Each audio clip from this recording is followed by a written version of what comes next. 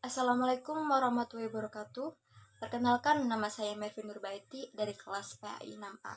Di sini saya akan menjelaskan tentang profil pelajar Pancasila. Sebelum itu, kita akan mengetahui terlebih dahulu tentang kurikulum merdeka.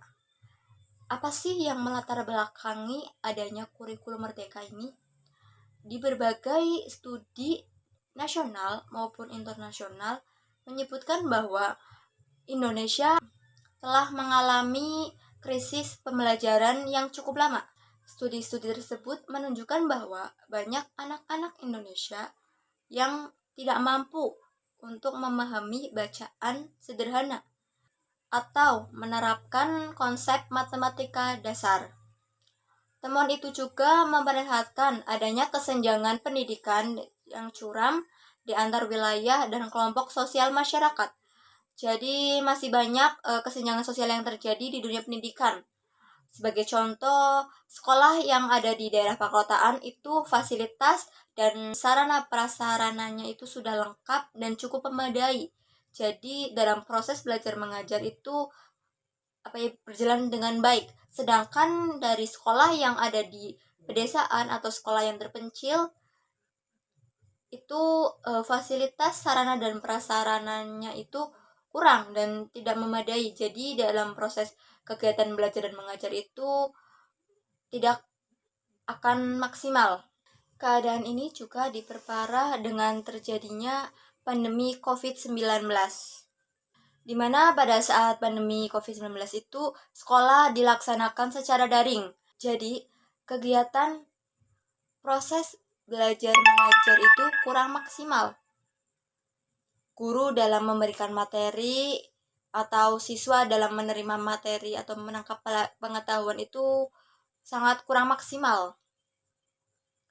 Nah, untuk mengatasi krisis atau tantangan tersebut, maka diperlukannya perubahan yang sistemik, yaitu salah satunya dengan kurikulum. Kurikulum menentukan mata materi yang diajarkan di kelas. Kurikulum juga mempengaruhi kecepatan dan metode mengajar guru untuk memenuhi kebutuhan peserta didik. Untuk itu, Kemendikbudristek mengembangkan kurikulum merdeka sebagai bagian penting dalam upaya memulihkan pembelajaran dari krisis yang sudah lama terjadi ini. Membahas kurikulum merdeka, kita perlu tahu apa itu kurikulum merdeka. Kurikulum merdeka adalah pembelajaran intrakurikuler yang beragam, di mana konten akan lebih optimal agar peserta didik memiliki cukup waktu untuk mendalami konsep dan menguatkan kompetensi. Guru di dalam kurikulum merdeka ini memiliki keleluasaan atau kebebasan untuk memilih berbagai perangkat atau alat ajar sehingga pembelajaran dapat disesuaikan dengan kebutuhan belajar dan minat peserta didik. Sekarang kita masuk ke pembahasan inti, yaitu tentang profil pelajar Pancasila. Di kurikulum merdeka ini kita mengenal tentang profil pelajar Pancasila. Profil pelajar Pancasila adalah profil lulusan yang bertujuan untuk menunjukkan karakter dan kompetensi yang diharapkan diraih dan menguatkan nilai-nilai luhur Pancasila, peserta didik, dan para pemangku kepentingan. Dalam rangka untuk membentuk SDM yang unggul, yang memiliki kompetensi global dan berperilaku sesuai nilai-nilai Pancasila, Kemendikbud berupaya membentuk profil pelajar Pancasila.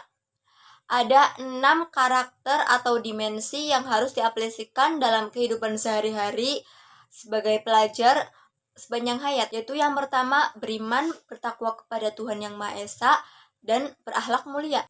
Yang kedua, berkebinekaan global. Yang ketiga, gotong royong. Yang keempat, mandiri. Yang kelima, bernalar kritis. Dan yang keenam, kreatif. Yang pertama, yaitu beriman, bertakwa kepada Tuhan Yang Maha Esa, dan berakhlak mulia. Pelajar Indonesia harus memahami beberapa nilai-nilai akhlak, yaitu yang pertama, akhlak beragama. Sebagai pelajar, kita harus memiliki akhlak yang terpuji, akhlak yang baik. Kita harus selalu menjalankan semua perintah Allah dan kita harus menjauhi semua larangannya. Yang kedua, akhlak pribadi. Sebagai seorang pelajar, kita harus menanamkan pada diri kita sikap sopan santun, saling menghargai, saling menghormati, dan saling menyayangi satu sama lain. Yang ketiga, akhlak kepada manusia. Manusia adalah makhluk sosial. Oleh karena itu, sebagai pelajar, kita harus saling membantu, saling tolong-menolong, saling menghargai, saling menghormati kepada keluarga, kepada orang tua, kepada guru, dan kepada teman kita. Yang keempat, akhlak kepada alam. Kita sebagai pelajar harus selalu menjaga alam, yaitu bisa dengan cara tidak membuang sampah sembarangan, tidak merusak tanaman, menjaga tanaman, menanam pohon. Kita harus menjaga alam kita agar tetap subur dan asri. Yang terakhir ada akhlak bernegara. Indonesia memiliki banyak agama. Oleh karena itu, sebagai pelajar kita harus bisa saling toleransi kepada teman kita yang berbeda agama. Kita harus tidak membeda-bedakan mereka. Kita tetap merangkul mereka, kita tetap berteman baik dengan mereka. Beberapa akhlak ini sudah pasti sering kita praktekkan dalam kehidupan sehari-hari, seperti taat beribadah, menghormati orang tua, menghargai perbedaan, taat kepada kewajiban sebagai warga negara Indonesia, dan macam sebagainya. Yang kedua, berkebinekaan global. Di era globalisasi, profil pelajar Pancasila juga harus adaptasi dengan budaya lain, tanpa melupakan budaya bangsa dan identitasnya. Hal ini termasuk mengenal dan menghargai berbagai budaya, mampu berkomunikasi dan mengenal keunikan masing-masing budaya, dan mampu memanfaatkan pengalaman kebinekaan agar menghargai dan menghormati budaya lain. Yang ketiga, gotong royong. Elemen yang satu ini pasti sudah sangat melekat pada kehidupan sehari-hari. Bukan hanya sebagai bekerja sama dengan orang lain, gotong royong yang baik adalah selalu bersikap positif untuk berkolaborasi dan bekerja sama, peduli dan menghargai pendapat orang lain, peka terhadap lingkungan sekitar, serta mau berbagi segala hal yang bisa mencapai keberhasilan bersama. Yang keempat, mandiri.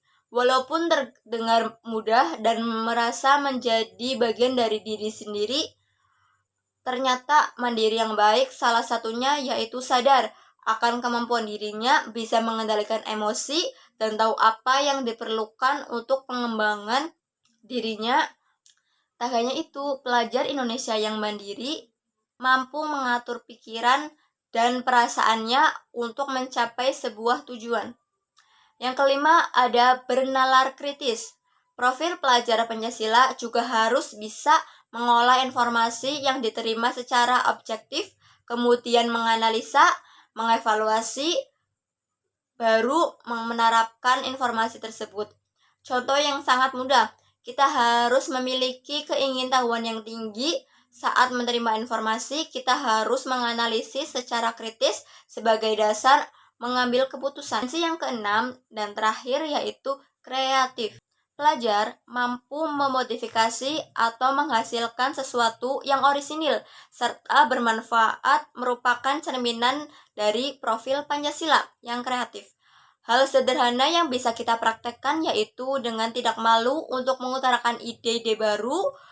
Bukan cuma itu, menghasilkan sebuah karya yang bermanfaat untuk sekitar harus dilakukan. Keenam aspek tadi harus kita aplikasikan dalam kehidupan sehari-hari agar karakter profil pelajar Pancasila ini akan selalu melekat dalam kepribadian generasi muda Indonesia.